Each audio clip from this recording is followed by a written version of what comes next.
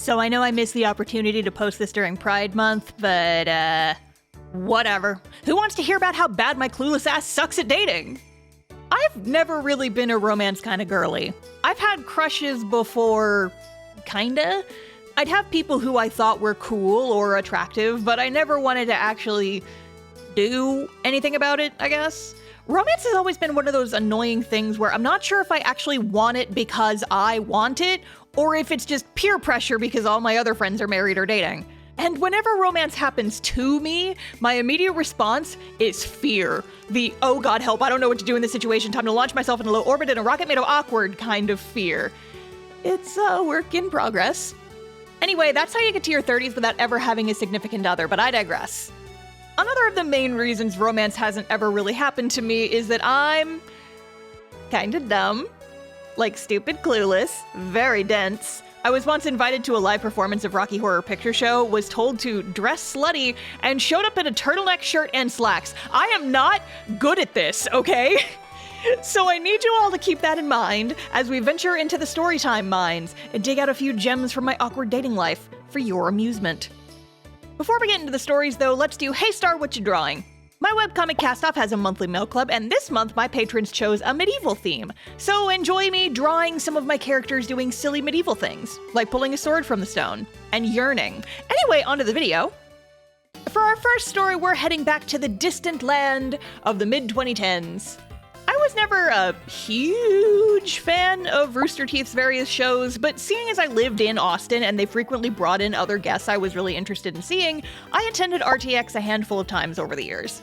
And one of the things the folks at RTX were very big about was helping people make new friends out of other attendees. Volunteers would encourage people waiting in line for panels to talk to their neighbors, since you'd often be waiting in line standing next to the same people for upwards of 2 hours. I remember getting into some pretty fun conversations with my line neighbors at various cons and even playing a couple board games. In one instance, there was this guy I ended up in line next to. I don't remember his name, so I'll call him Tim. Tim was nice, about my age, and we ended up having a lot of interest in common. And because we were going to a lot of the same panels that were all back to back, it meant that the lines were all back to back, and he and I ended up sitting next to each other for almost 4 hours in one day. We had several really nice conversations, and when we were finally free from line hell, he looked at me and said, "Hey, would it be alright if I got your number?" To which my clueless ass said, "Oh, I don't really like giving out my phone number to people I don't know very well, but do you have social media? 'Cause here's my Twitter, you can DM me there if you want." He seemed a little disappointed, but he took it and we both went on our merry ways, and I never heard from him again.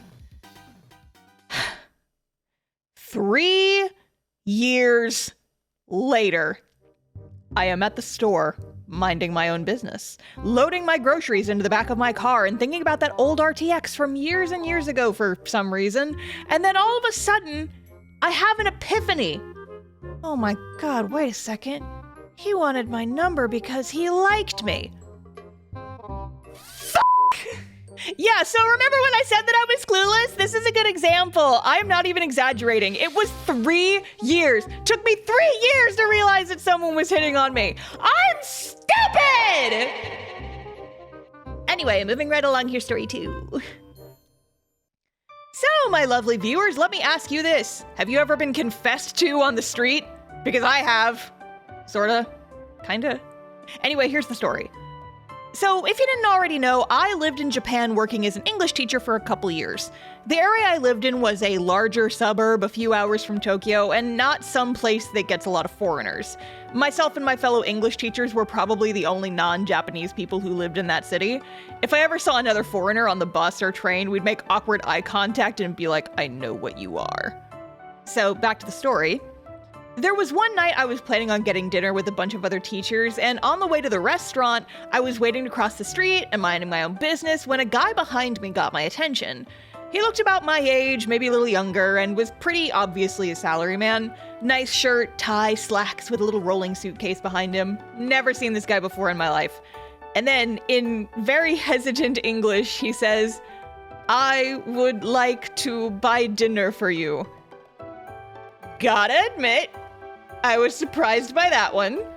However, based on the fact that I was very visibly a foreigner, my first thought was, okay, He's either confessing to me or he wants to practice his English, the latter of which seemed a lot more likely. And honestly, if I wasn't about to walk into a restaurant to have dinner with a bunch of my teacher friends, I probably would have said yes. Maybe not to dinner, but I would have let him buy me a coffee or something. Do a little bit of teacher overtime, help a guy out, let him practice his English, why not? If anything, I admire the gumption to tell a stranger that. Like, okay. But unfortunately, I had to turn him down. I explained why, and he seemed disappointed but took it well. At that point, the light changed and I had to leave. I waved him bye and walked to the meetup spot. But I always wondered what happened to that guy. I hope he's doing okay. Now, this last one is just stupid, but we need a little bit of context first. So, okay, I have not been officially diagnosed with ADHD, but something up in my electric meatloaf don't work quite right. At this point, the janitor at a psychiatrist's office could diagnose me, you know what I mean? I'd walk into the waiting room and they'd turn immediately and lock eyes with me and point like, dang, you've got ADHD. And I'd be like, hey, cool, can I get that in writing? So you can imagine that sometimes I can be forgetful about stuff. Object permanence is one of the things that I have the most problems with. Over the years, I've learned to manage by keeping a strict weekly schedule, writing things down, and keeping tabs on everything with both digital and physical planners. But when I was a kid, I was a little more frazzled, one might say. Anyway, here's the story.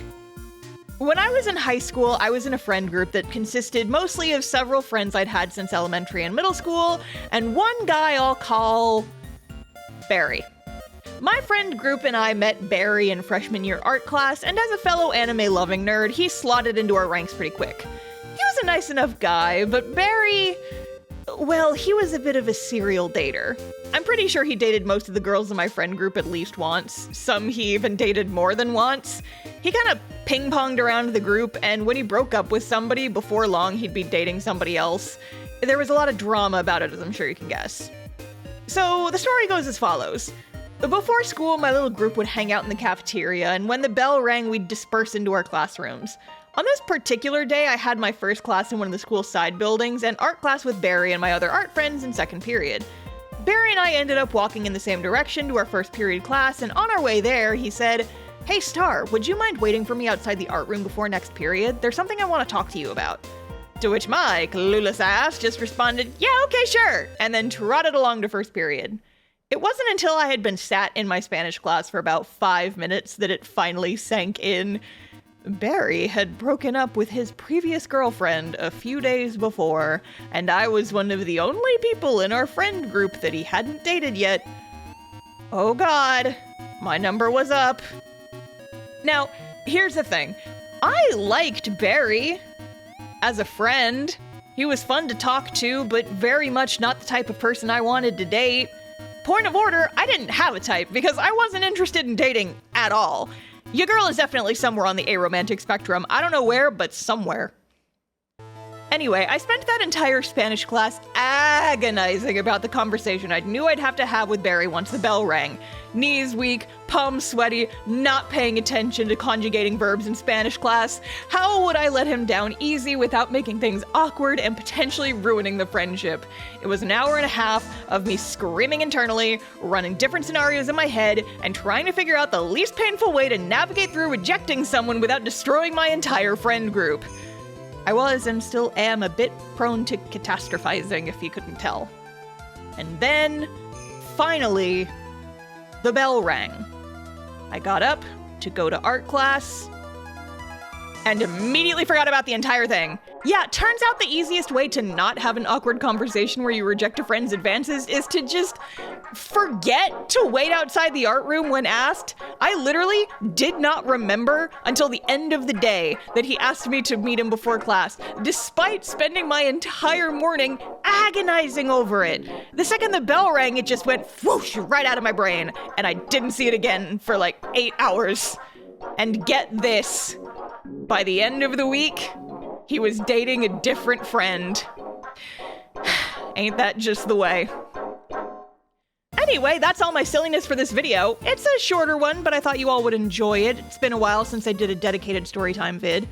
If you're curious about the characters I spent this video drawing, they're all characters from my webcomic Cast Off, which you can read for free at castoff-comic.com.